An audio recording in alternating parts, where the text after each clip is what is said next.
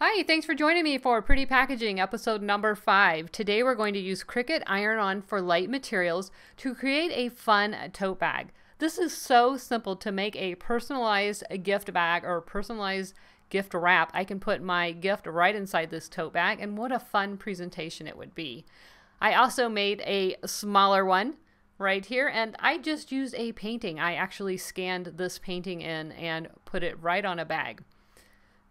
You're not going to believe how easy this is, and I have the Cricut Iron On for light material and dark material posted in the comments below this video or in the video description. So click on that link and pick some up because you're going to have a lot of fun with this.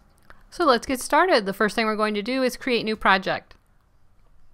We're going to go to Upload Image, Upload Image, Browse, and navigate to where you saved the image that you want to use for your printable iron-on. And I've found mine right here. Click Open. Now you need to decide if your image is a simple or a complex image. If you click simple, your lines are going to be a little bit softer, your colors are going to be a little less, there's going to be a little less difference in between various shades of pink, for instance. And if you choose complex, you're going to get the most detail out of your image. Most of the time, I always choose complex when I'm doing print and cut, unless I'm trying to soften the edges, as in I'm using a font or an SVG that kind of has jagged edges and I want to make them a little smoother. That's about the only time I choose simple. I almost always just choose complex because most of the time I want to preserve all of the details. So I'm going to click Continue. Here you can check your image and see if your cut lines are right where you want them, and I know mine are, but I'll show you how this works. You click Preview and you can zoom out right up here. Let's click Preview again. And there we can see where all our cut lines are going to be. This is pretty detailed, so there are a lot of cut lines. And we're going to click Continue. Here you have two options. You can save this as a print and cut image, or you could just save this as a cut image. The difference is if you save this as a cut image, all it's going to give you are these cut lines. You're not going to have any of the color, you're not going to have any of the detail, you're just going to have the cut lines, which you could then cut out of vinyl or cardstock. I want a print and cut image because I'm going to put this on the Cricut Iron On for light fabrics. So I'm going to choose Save as a print and cut image, which is chosen by default.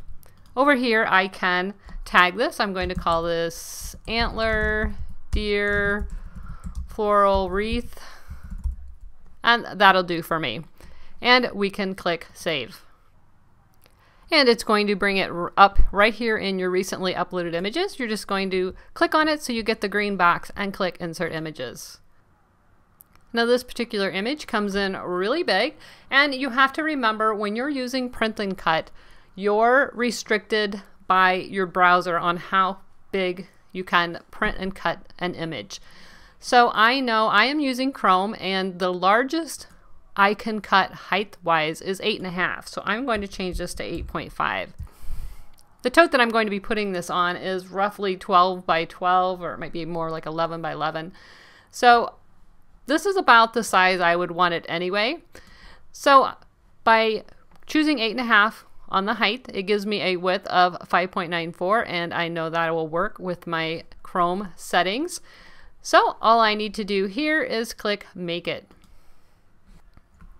Now when you're using the Cricut Iron On Lite, it is different than the Iron On Dark. So there are different instructions. You need to make sure you read the instructions, but whenever you're using the Iron On Lite, you need to flip your image. Now this particular image, it doesn't really matter because if I flip it, you're not going to know one way or the other than which side this flower's on.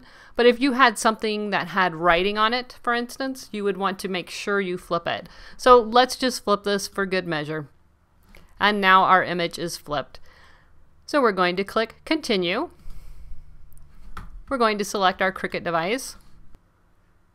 And we're going to send this to our printer.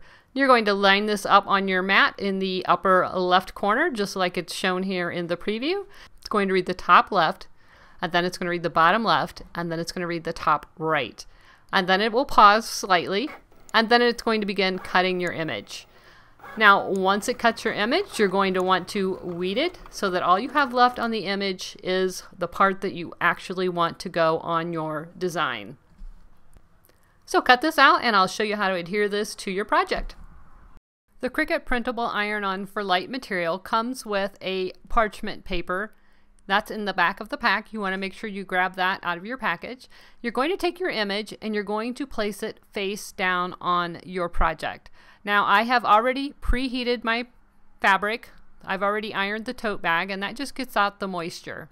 You're going to put your iron on your cotton setting or linen setting. It's generally one of the higher settings on your iron. And then you're going to place the parchment paper over the design and apply even pressure for about 25 to 35 seconds and move to another section on your garment. Remember to keep applying pressure as you're using the iron over the decal. You can start to see the decal better as it is starting to adhere to the fabric. So you can kind of tell if you have any spots that don't appear to be sticking to the fabric. Just go over those. Just make sure you use your parchment paper so that you don't burn your garment. And then you're going to flip it over, leaving the decal in place. You're going to flip your bag over or your shirt or whatever, and then you're going to apply your parchment paper and iron on the back side of your project, right where that decal is. And again, apply that even pressure. Now, this works best if you're ironing on a harder surface over a soft, cushy ironing board. I literally just took a piece of canvas and laid it over my desktop so that I had a nice, flat, hard surface to iron on that I can apply an even pressure. So the trick to this is really, it's the pressure and it's the heat, and you need to take your time and have patience with it.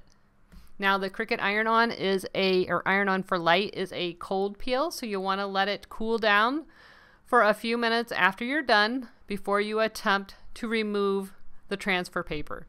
You can see I'm trying to cool the fabric down so that I can see how my transfer is doing. Remember, your canvas is also going to be hot. Once it's cooled down, you're going to slowly begin to peel back the transfer paper.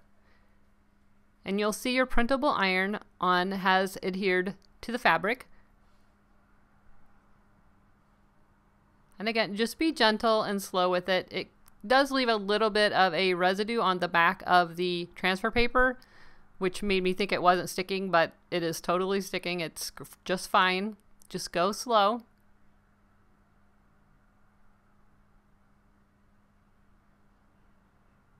And if it looks like it's not sticking, lay that transfer paper back down and take your iron back over it, applying that even pressure. Make sure you use your parchment paper.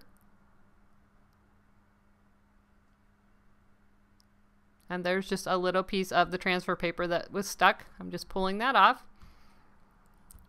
And it's as easy as that. The sky is the limit with this. You can literally use any image that you can print and put it on a shirt or a tote bag and make some really cute, fun gifts. I think this is a great addition to our pretty packaging series. And how fun would it be to get a gift inside this little tote bag? Now, just for good measure, I'm going to place that parchment paper over it one more time and just give it a quick press just to make sure everything is stuck down really well. And that's it.